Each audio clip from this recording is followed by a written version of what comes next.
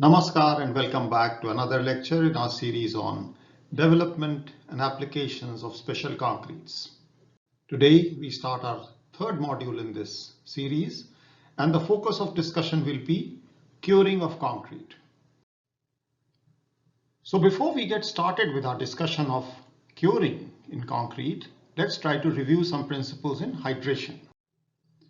This slide we've already seen before, and what this picture tells you is cement particles surrounded by water, and as hydration proceeds, hydrates or hydration products are formed around these cement particles.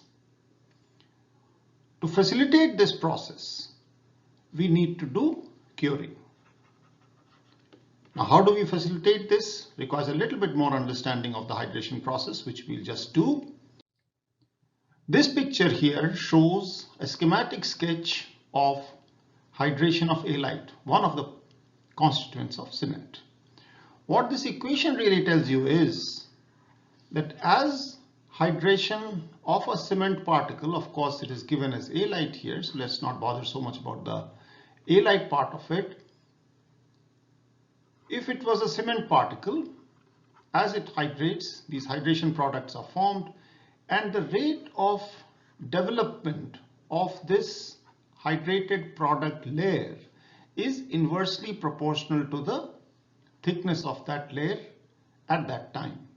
So the rate of hydration of cement can be taken to be inversely proportional to the amount of hydration that has taken place till that point in time, which means that water is present outside here and hydration is taking place at the surface here, which means that as more and more hydration happens, water has to negotiate through the hydration products to react or to reach the surface of cement where fresh hydration will take place and fresh hydration products will be formed. This is something which you have to keep in mind to understand what is going on as far as the hydrates are concerned in this layer. There are two things happening. Initially, some hydrates are formed,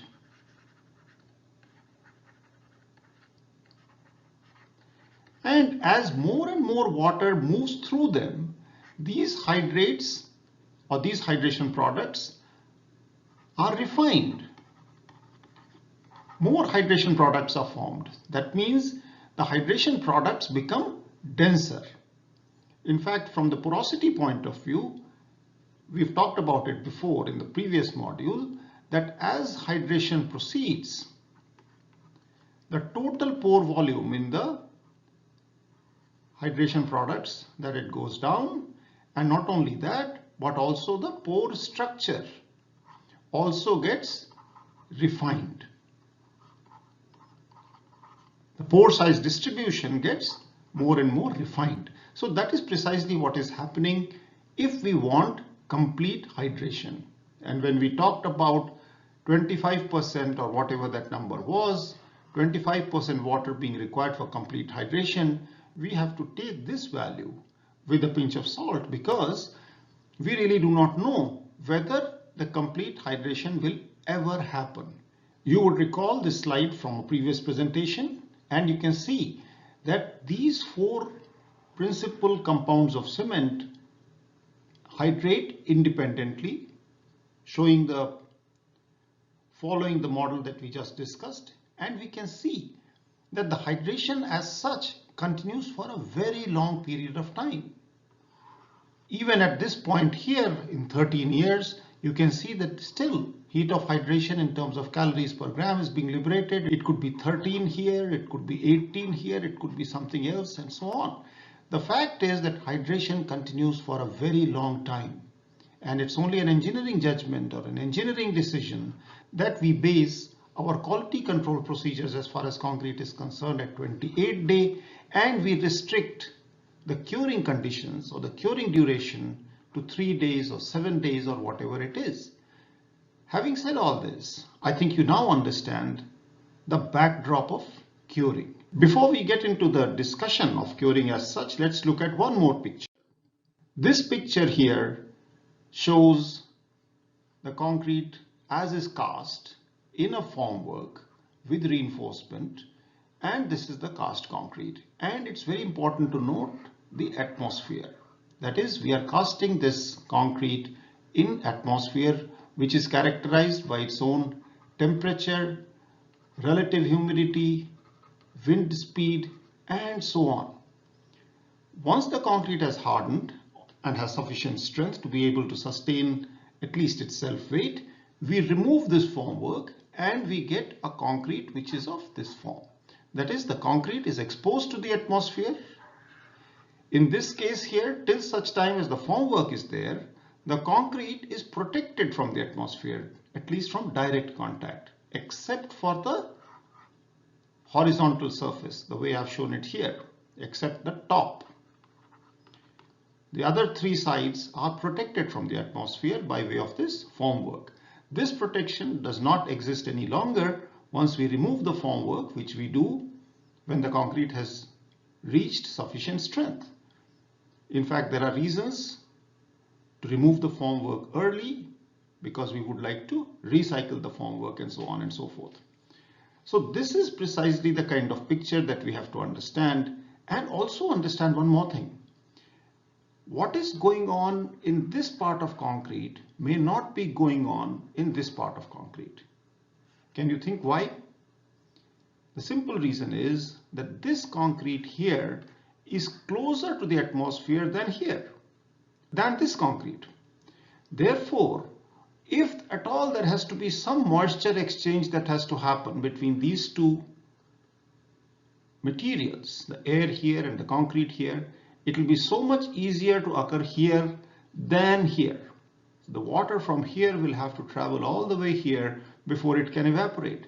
But the water here can quickly evaporate, and that is actually true from all sides. Depends on what kind of atmosphere or what kind of conditions are prevailing on what we can call the top, the sides, which is this side of the concrete structure, and possibly the bottom.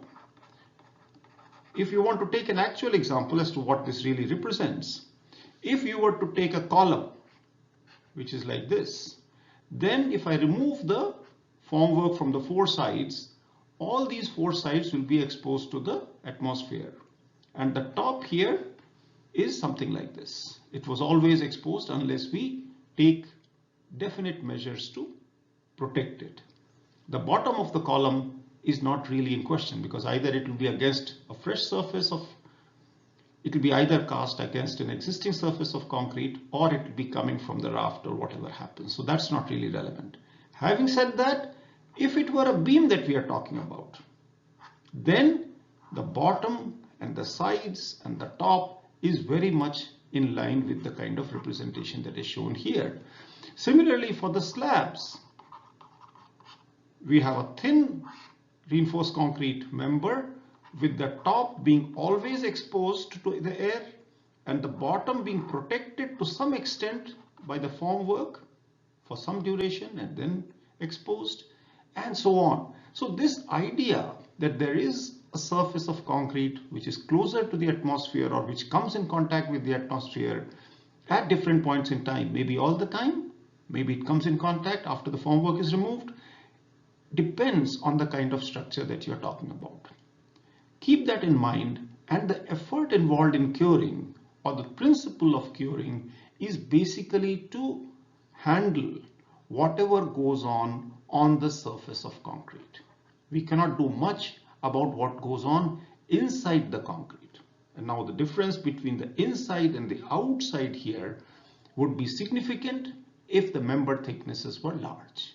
If the member thicknesses were small, it will not matter so much. Now, what is a large member thickness, what is not a large member thickness, is what is exactly the normal concrete versus special concrete kind of discussion. So that's what we are kind of getting started as far as this module is concerned. Now, this is the formal definition of curing. You can see that I have just included this picture here as a reminder from the previous slide to explain to you, or for you to better visualize what curing is all about. As far as the definition is concerned, curing is the process of maintaining adequate moisture content and temperature in concrete during its early stages for promoting the hydration of cement until the desired properties are developed. So what we are saying is that no matter how much water is added to the concrete here, some water will tend to escape from the concrete into the atmosphere unless we take some preventive measures, and that will leave the cement, especially in the surface or near the surface of concrete, unhydrated, and that's a very undesirable or an unwelcome kind of a prospect. And therefore, through curing, what we try to do is to maintain favorable conditions within the concrete so that all cement particles or the entire cement content in the concrete is actually able to hydrate and hydrate fully. Prevention of moisture loss from the concrete is important not just because of the strength development, but also to reduce plastic shrinkage and long-term permeability of concrete. Now this really is just a corollary of this and follows. What is being said is that we have to create conditions on the surface of concrete such that the water does not escape.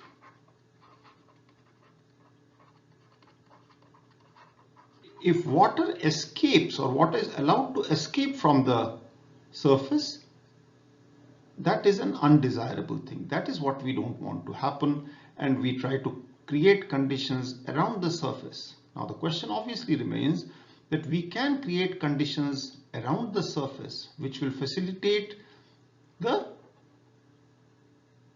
complete hydration of concrete in the proximity of the surface, that is at the near the surface conditions. What about deep inside? Now deep inside we cannot really do much as far as promoting hydration is concerned. It's impossible to provide water. In fact, it's not even needed because in any case the amount of water that we have added is in excess of that required for complete hydration. So it's only the prevention of water escape that has to be our focus as far as curing of concretes is concerned. Now, gain in strength of concrete occurs due to hydration of cement, which happens only when the concrete remains moist with a minimum relative humidity of 80% and ambient temperature surrounding concrete remains favorable. Now, this is the kind of picture that gives us an inkling of what is coming in the next lecture and possibly the next one. Ambient temperature surrounding the concrete remains favorable. Now, if this temperature here, this atmosphere is after all characterized by a temperature, a relative humidity, and let's say a wind speed. Now, you imagine that all these factors could determine how much water will tend to run away from here or escape through evaporation. Now, if evaporation was not allowed, things will be good for us as far as concrete is concerned, and that is what's being said here, that the strength development in concrete will happen, which is coming from hydration of cement, and that will be good only if the concrete remains moist with a relative humidity of more than 80%, which is a favorable condition for the hydration reaction which we saw just now to move forward. That is a cement particle with hydration products here. If the relative humidity around here within concrete falls below 80%, becomes drier, then less water is likely to move inside these hydration products, come in contact with the fresh surface of cement and promote more hydration. That is the stoppage of hydration and stopping of gain in strength. And that's something which we want to prevent to the extent that is possible. However, evaporation of water from concrete surface governed by the ambient temperature, relative humidity and wind velocities and the internal water loss due to self-desiccation during hydration affects the strength gain and dimensional stability of concrete. So far we had talked about the principles of curing, why we need to cure. Basically we said we need to cure because we want to have complete hydration of cement, especially in the neighborhood of the surface which is in contact with the atmosphere. Now we come to the methods. What are the methods of curing that are available to us and we use them? The first method that comes to mind is wet curing, where the surface of concrete is kept in contact with water continuously for a specified period of time. Wet curing can be achieved by ponding, wet hazen cloth covering, immersion, covering with wet sand, sawdust and so on. Again, the principle is the same. We try to ensure that this surface here is covered by something and we ensure a wet environment.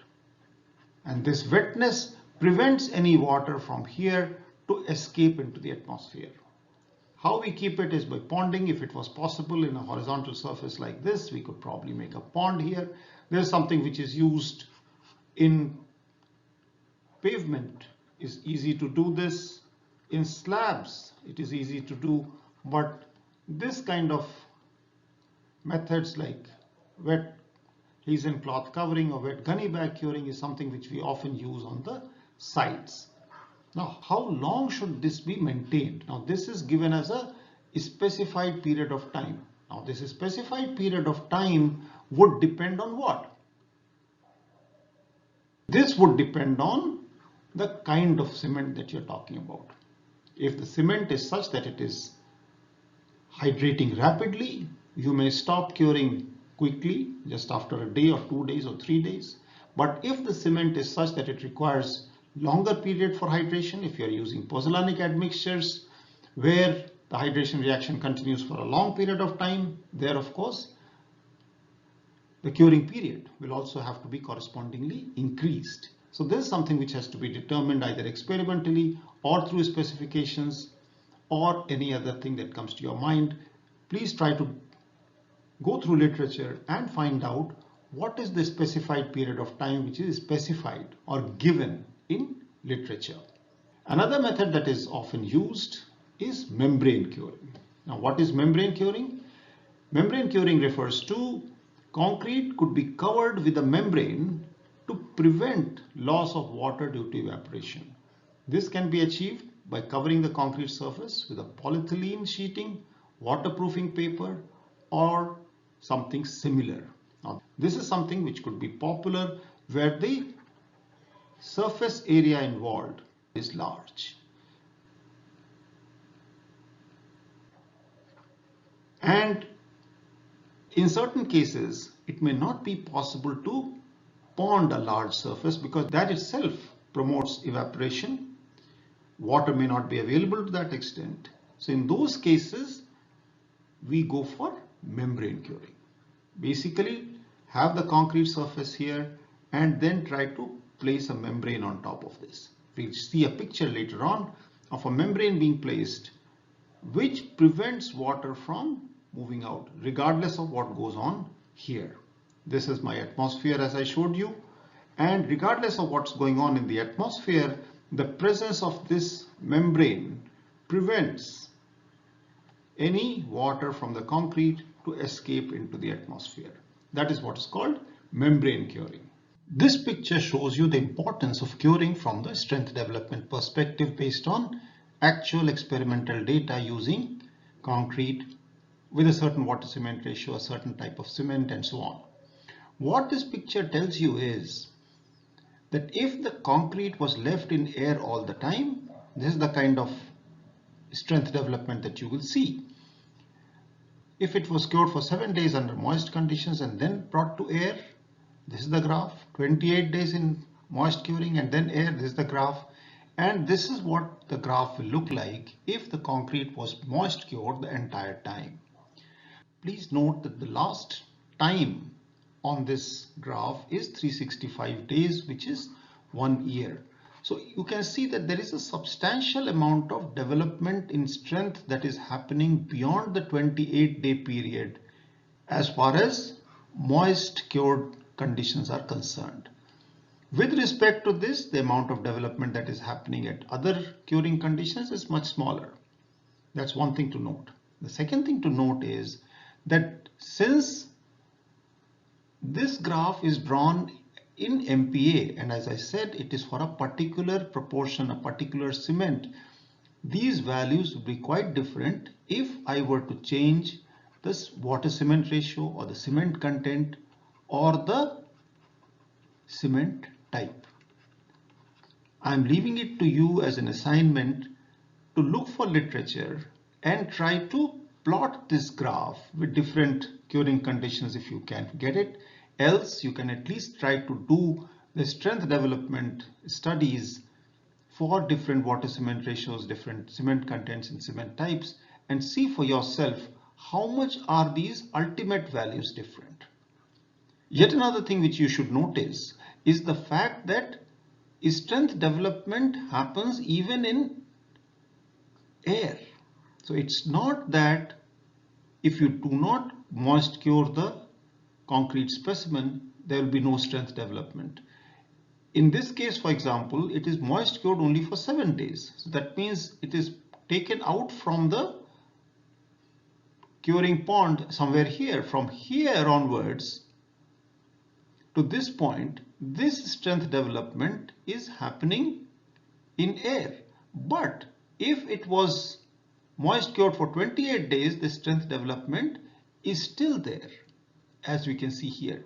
So that shows you the importance of maintaining favorable environment around the concrete to facilitate development of strength. Please also remember that these kind of data that we get are produced or are obtained using laboratory studies which are often carried out, I should say mostly carried out, using specimens.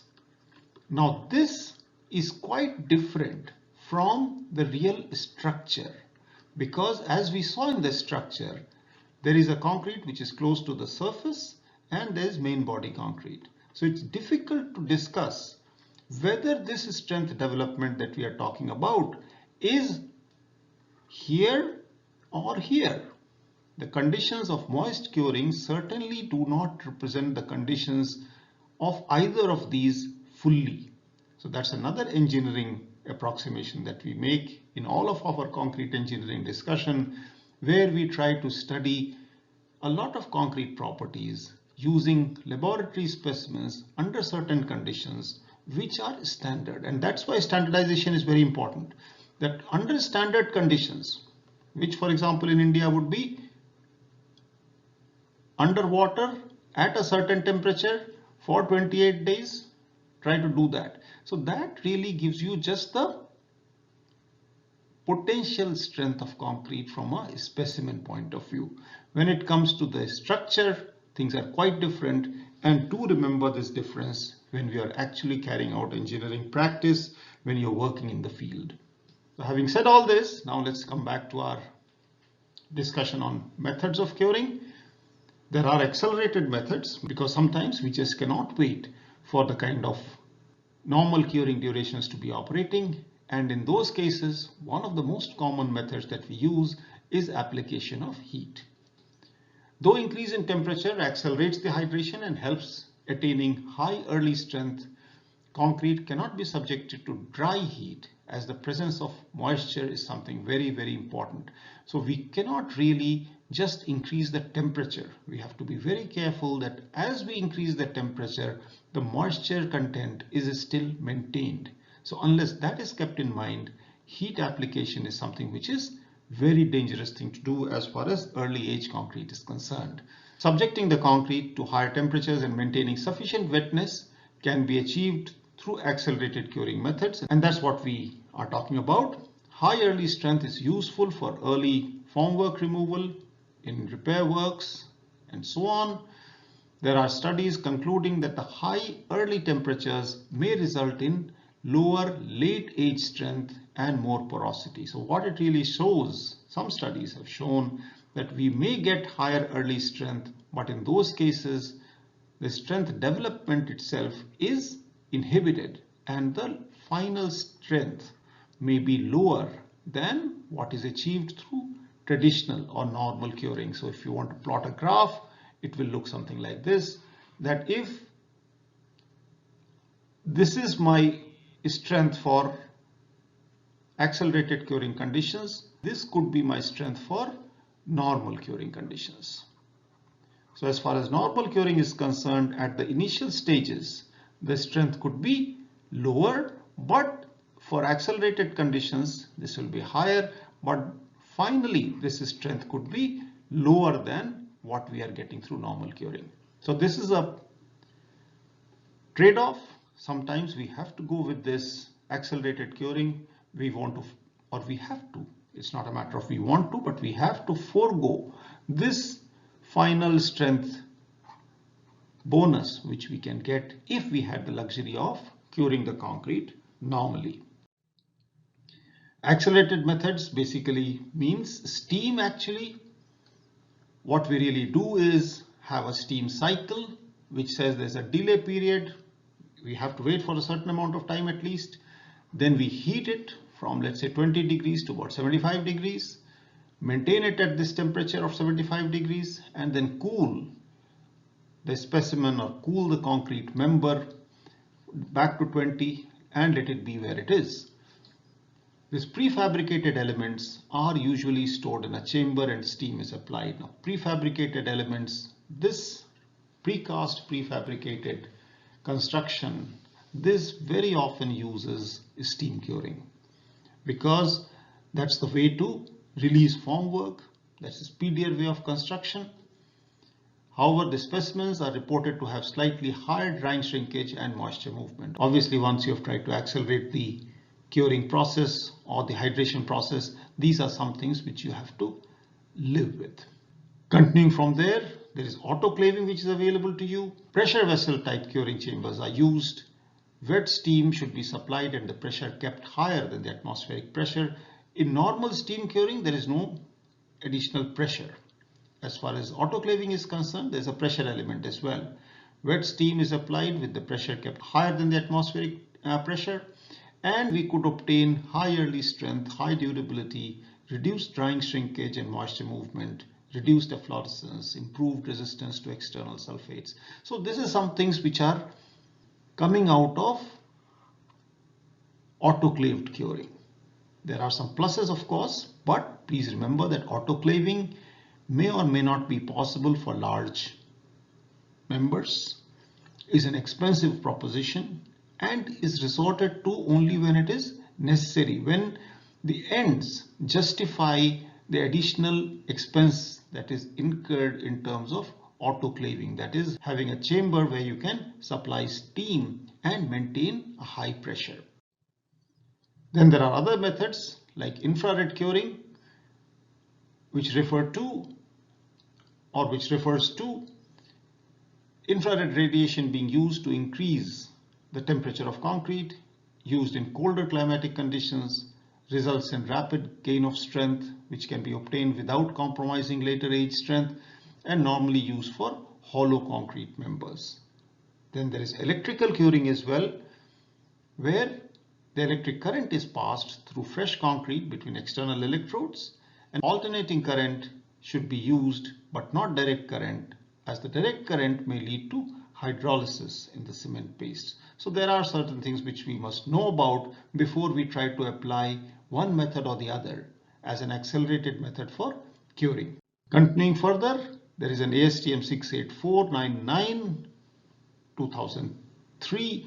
There are methods which are used for predicting the 28-day strength. Now these methods have a slightly different approach. There are 4 methods in this regard. Warm water method is water bath is used to conserve the heat during hydration. In the boiling water method, a boiling water bath is used to provide additional heat. An autogenous curing method is one where curing takes place under adiabatic conditions, and a higher temperature and pressure method, which is B, external heat and high pressure is supplied. So this is something closer to the autoclaving that we are talking about. So these methods have been standardized in ASTM C684 and are used for predicting the 28-day strength. The prediction of 28-day strength is important at times when we cannot wait for 28 days, or we do not want to wait for 28 days to know the strength. We would like to carry out a standard test and try to have a better estimate of the 28-day strength with some other methods. And that is where methods such as this would come handy. I'm leaving it to you as an assignment to read a little bit more about these methods and see what is the kind of accuracy when we are talking about the prediction of the 28-day strength. Lastly, there are curing compounds. Now, curing compounds are slightly different from the sheets that we apply. In this case, we use membrane forming compounds which are sprayed on the surface of fresh concrete. Now, what these compounds do is to really block the surface holes of concrete and prevent any water from the concrete to escape into the atmosphere through those holes. Now, these curing compounds, they possess waxes, natural resins, synthetic resins, and solvents of high volatility. And efficiency of these compounds is based on the extent they permit the loss of water per unit surface area. So of course, here what will happen is that if we have a concrete surface the way it is shown here, on the top you want to apply a curing compound. So the effectiveness of this curing compound here would depend on how much curing compound in terms of kilograms is applied per square meter of the concrete surface. If you apply more of curing compound, the better it is. Very minimal curing compound may not be very effective. Of course, increasing the curing compound beyond an extent will also not help. So we have to understand that there will be a critical value beyond which increasing this kgs per square meter spread of curing compounds may not help as far as preventing the evaporation is concerned, but that's something which needs to be determined and has to be done in accordance with the specifications or recommendations or suggestions from the manufacturer of the curing compound. ASTM C309 deals with the specifications and testing of these compounds.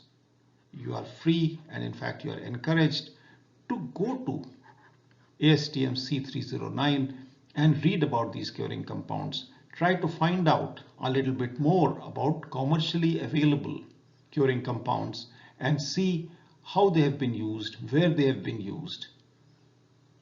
I can almost tell you that most of the time curing compounds are most commonly used in pavement construction, in places where you don't want to or you cannot do water curing. This is one of the methods that is available. This here is a picture showing wet curing, membrane curing, and spraying of curing compound. So you can see that in wet curing, in a horizontal kind of a structure here, it could be a pavement, we create these bunds and pond this surface with water, and this water should be there for the entire duration of curing. So obviously you can see that there will be certain amount of evaporation of this water, and it may not be the most favorable method as far as economics is concerned. From an environmental point of view also, there's a lot of water which is required here, and that's why we may go for membrane curing or spraying of curing compounds. So you can see that membrane curing being done here, which means that this sheet that we talked about is being spread on the concrete surface here by this operator. Similarly, this operator here is spraying the curing compound on the surface of concrete.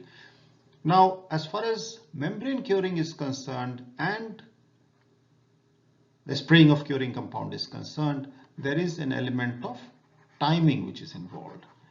How much time should have elapsed before operators can walk around on this concrete surface without damaging it and still apply either it's the membrane, that is the polythene sheet or whatever sheet that you're using, or apply the curing compound. So this is something which we need to be especially worry about when we're trying to use these methods.